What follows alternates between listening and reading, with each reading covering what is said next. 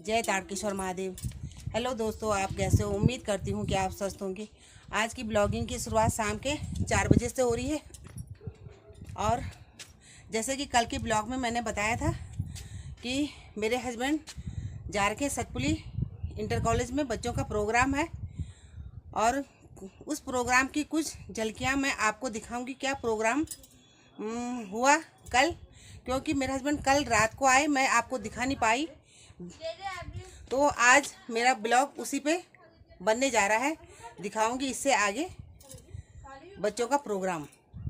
हम ये है पाएंगे कि पैसे को खाया नहीं जा सकता। सतत विकास की आवश्यकता को बेहतर ढंग से निरूपित करती ये पंक्तियां यह संदेश देती है कि आर्थिक प्रगति तभी संपोषणीय हो सकती है जब पर्यावरण और विकास में बेहतर संतुलन बना हो। यही कारण है कि आज जलवायु परिवर्तन का मुद्दा राष्ट्रीय तथा अंतर्राष्ट्रीय का विषय बना हुआ है। नमस्कार, मैं सौम्या रावत, कक्षा 8 की छात्रा, राष्ट्रीय उच्चतर माध्यमिक विद्यालय पमड़ गांव से जिला स्तरीय RAA के अंतर्गत मार्गदर्शक शिक्षक श्री नवीन सिंह अस्वाल सर, सहायक अध्यापक के निर्देशन में हमारे द्वारा विज्ञान ड्रामा प्रस्तुत किया जा रहा है, जिसका शीर्षक है जलवायु परिवर्तन और इसका प्रभाव। तो दोस्तों, चलते हैं प्रथम दृश्य की ओर।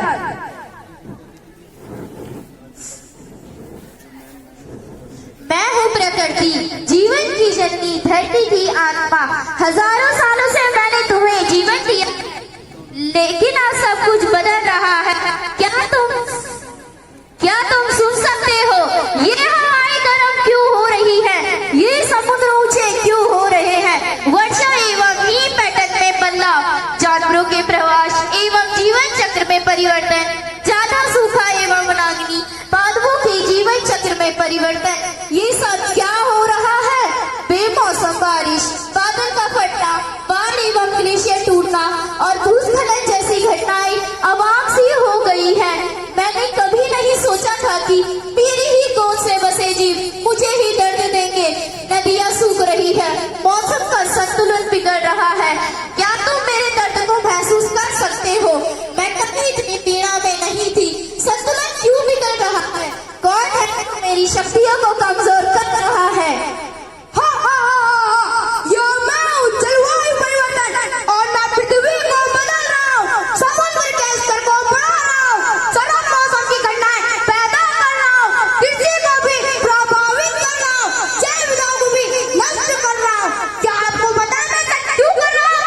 मानव के द्वारा कृषि में रासायनिक उर्वरकों का अंधाधुंध उपयोग, जीवाश्म ईंधन का अत्यधिक उपयोग, वनों का अत्यधिक विनाश, नगरीकरण एवं तीव्र औद्योगिकरण, कोयला आधारित पावर प्लांट पर निर्भरता, संभव मंडल में ओजोन परत का ह्रास, ग्रीन हाउस गैसों का अत्यधिक उत्सर्जन, ये सब कारण है मेरे पैदा होने के।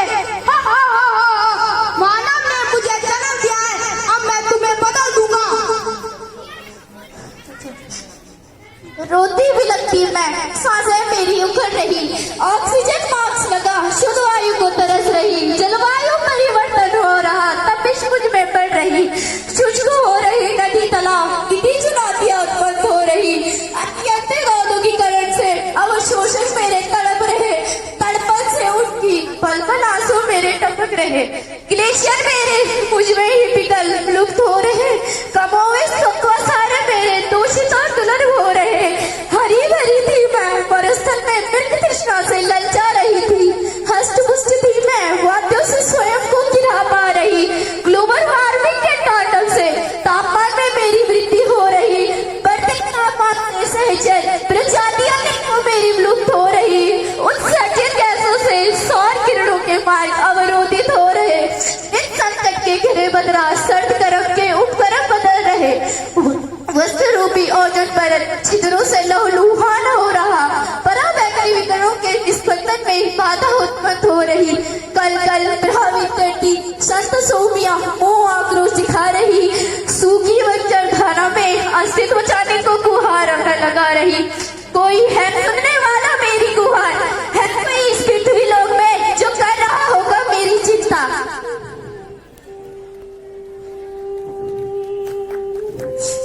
आपने देखा किस प्रकार प्रकृति अपने आप को बचाने के लिए गुहार लगा रही है। तो दोस्तों,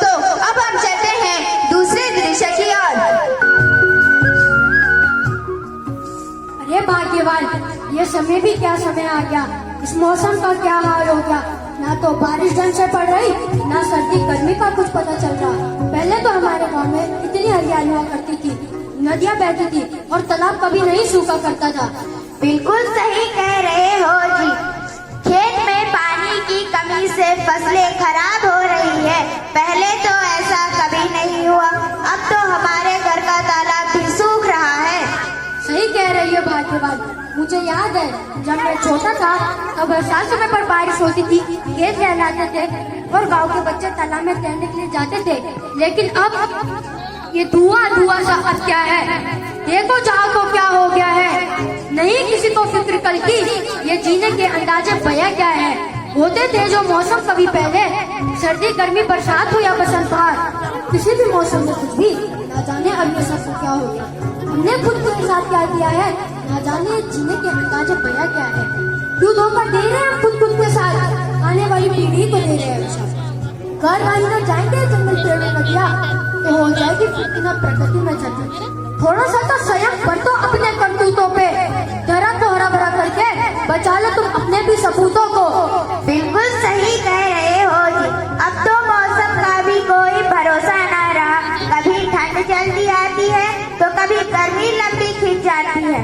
परिवर्तित जलवायु को देखकर आज निहत्थे खड़े सभी। जो मेघों का संतुलन बिगड़ा, नदियाँ हो गई कृष्ण का, सूरज तपता ब्रह्म तेज सा, धरती पूरी जलती जाए, धधक धधक कर जलते उपवन, कण कीटों का जाल तभी।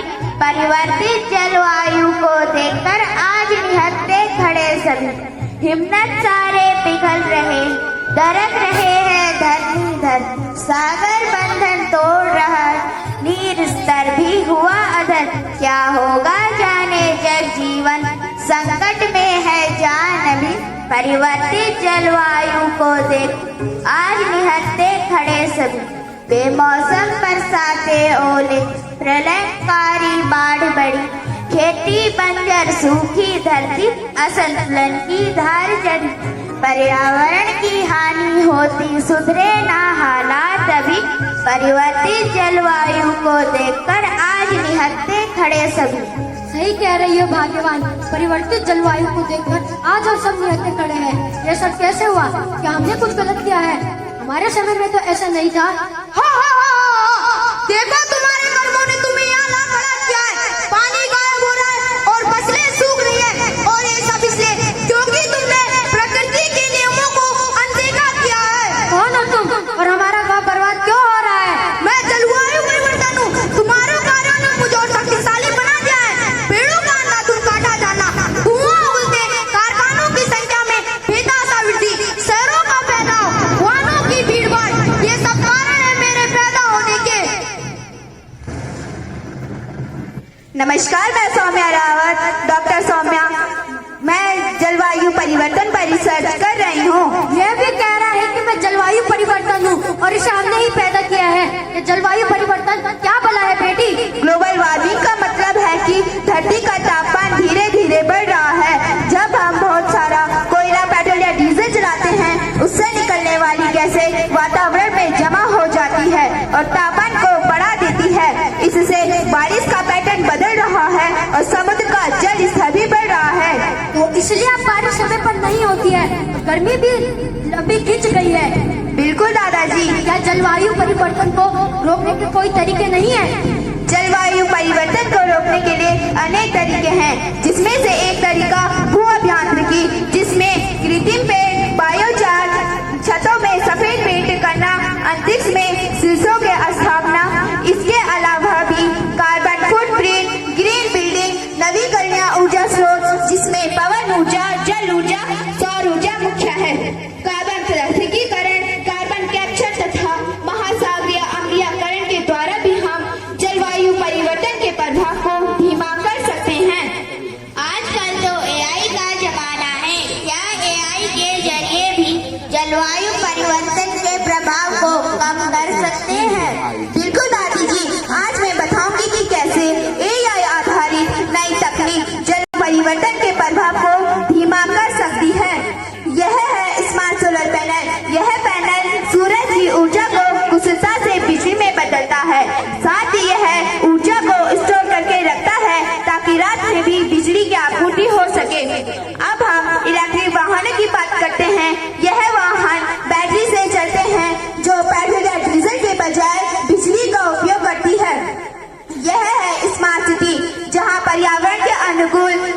तकनीकों का उपयोग किया जा रहा है।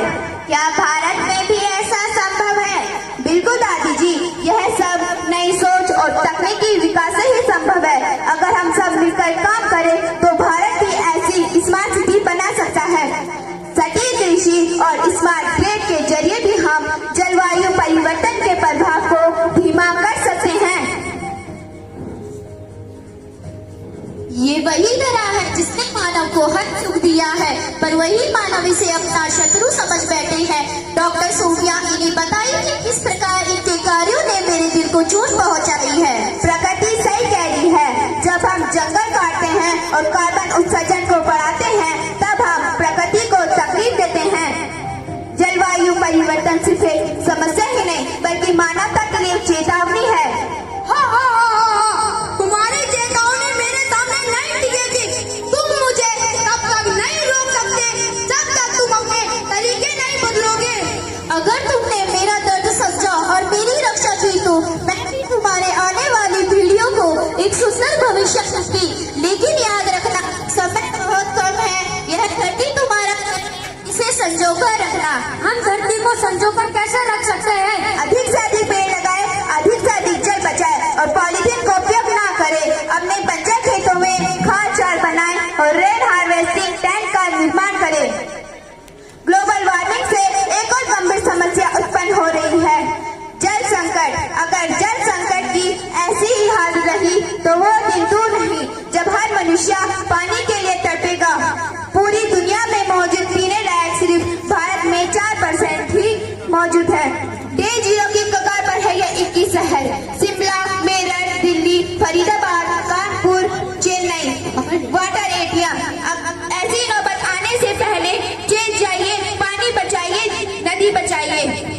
तुम्हारी कोशिशें मेरे जख्मों को भर रही है। अगर तुम इसी तरह जागरूक और समर्पित रहे तो धरती फिर से स्वस्थ हो सकेगी। तुम्हारी तकनीकें और जागरूकता दोनों ही सही इस्तेमाल भारत को नया जीवन दे रही है। याद रखना, तुम नहीं सुने तो मैं वापस आऊंगा। यह तुम्हारे घर में जो मुझे बनाते हैं। तो आओ अपने गांव और अपनी धरती की रक्षा करें ताकि हमारा पर्यावरण सुरक्षित रहे। और अंत में हम यह कहना चाहते हैं, एक था राजा एक थी रानी, दोनों मर गए खत्म कहानी। कुछ याद आया सबने भूतकाल में सुना होगा, अब भविष्य की सुनो। कोख से बेटी धरती से पानी, दोनों मिट गए खत्म कहानी। जिसे अब तक ना समझे वो कहानी हूँ मैं। मुझे बर्बाद मत करो, पानी हूँ मैं। पेड़ पौधे मत करो नष्ट, सांस लेने में होगा कष्ट। ग्लोबल वार्मिंग से धरा पर संकट गहरा है, आओ मिलकर इसे मिटाना हमारा पहला पहरा है। पर्यावरण है हम सबकी जान, इसलिए करो इसका सम्मान।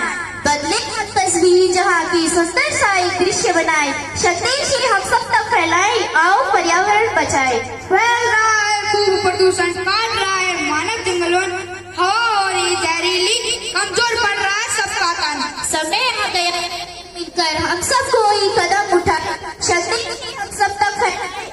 आओ पर्यावरण बचाए। प्रयोग करें गाड़ी का कम, हम पैदल चलने पर जोर दे। थैले रखे हम कपड़े के, प्लास्टिक को रखना छोड़ दे। अहंकार को छोड़कर बातें ये हम अब सबको समझाए, संदेश ये हम सब तक फैलाए।